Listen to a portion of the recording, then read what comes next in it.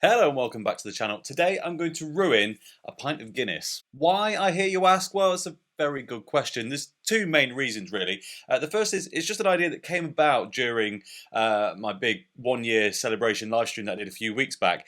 We talked about the ideas of putting different things in Guinness because we already know some stuff works, so does other stuff work? And people said that they sounded like a good idea. The second reason is I quite like Guinness, and given that it's not very exciting in the world of craft beer, it doesn't get a lot of runtime on this channel, so yeah, I thought I'd like to do a bit more with it. And well, we're going to start, as you can tell by the title of this video, we're going to start with this Redbreast 12. I reviewed this Irish whiskey in my previous video, so it just made sense to start here. Guinness is Irish, this is Irish, it's just felt like a properly Irish thing to do, although to be honest, this is probably very frowned upon in Ireland, so maybe take that comment with a pinch of salt. But you know what I mean, there's a theme at the very least, so we may as well start somewhere that we can almost make sense of and then move on to more weird and wonderful. So yeah, let's find out what happens when you pour a shot of Irish whiskey into a pint of Guinness. Now, I'm going to pour the shot first, and I'm going to do this properly. Every measure that we do in this kind of mini series is going to be 25 centilitres. I can hear you saying now, why not 35, which is the better option? Well, actually, most Guinness cans aren't a pint, so I think it kind of makes sense. But yes, the small side of this measure anyway.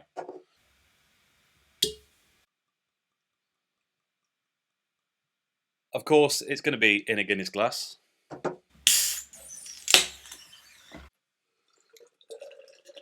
Guinness is the only beer I'm good at pouring because it requires you to do it as fast as possible.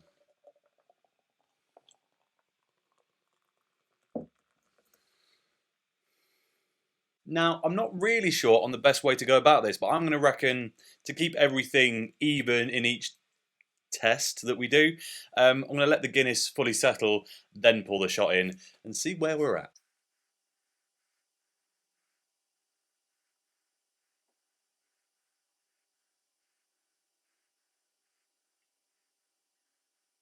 Okay, I think we're about there. That's a not bad looking near pint of Guinness. So yeah, in it goes. Let's hope for the best, eh?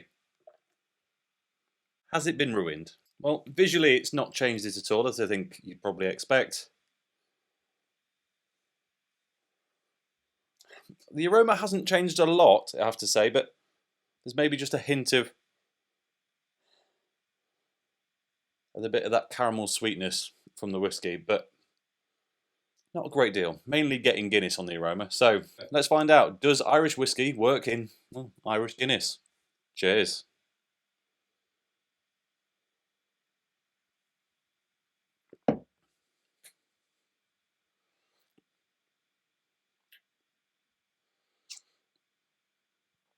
It's not a no, but I'm not sure yet if it's a yes. Hear me out.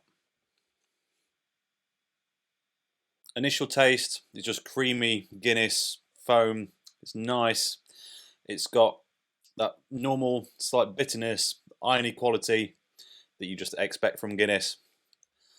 But then on the aftertaste, you get kind of around the back of the tongue and just generally kind of at the back of the palate and at the sides, you get a bit of that woody, slightly sweet, slightly spicy thing from that particular Irish whiskey. Now, would this work better with a different whiskey? Well, possibly, but if you've ever kind of dual wielded a pint of good ale and a dram of Scotch or Irish whiskey or whatever, and just kind of gone back and forth between the two, then it's kind of just cutting out the middleman of that, really.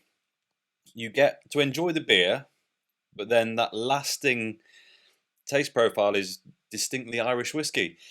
It definitely hasn't ruined it. I kind of like it, actually. It's growing on me the more I have of it. It's I mean, it's stronger than a normal Guinness. I'm not quite sure by how much. If I manage to work it out, I'll put it on screen here now. But yeah, You know, Guinness is 4.1% in the can. Yeah, 4.1%, and it's about the same on draft as well, I believe. And it's a great, simple, well executed, mass produced beer, but maybe it's missing a little bit of kick. And what you get with that combo is a nice little kick without taking away from everything that people enjoy about a straight up Guinness. That is interesting. I certainly wouldn't order it or want it every time I had a Guinness, but you know, if you're feeling, I don't know, particularly, I was going to say in the mood for a Guinness Extra, and then remembered that Guinness Extra is its own thing, but you know what I mean, just a punched up, zazzed up version of the original, then actually it does the job pretty damn well. Could be a good celebratory drink, a rugby win kind of drink, a St. Patrick's Day kind of a drink, because, well, let's be honest, that's about as Irish as you can get in terms of stereotyping. So yeah, I think for me, actually, it's a tentative thumbs up. It's not the best thing I've ever tasted, but equally, I have no issue with finishing this pint and recommending that at least someone at some point tries it again in the future. So there you have it. Irish whiskey and Irish Guinness. It's a distinctly Irishly good combination. And that is all I have to say about it. So as always, thank you very much for watching. If you enjoyed this video, please like it. If you haven't already, subscribed. If you will be so kind, and I'll catch you next time. Cheers.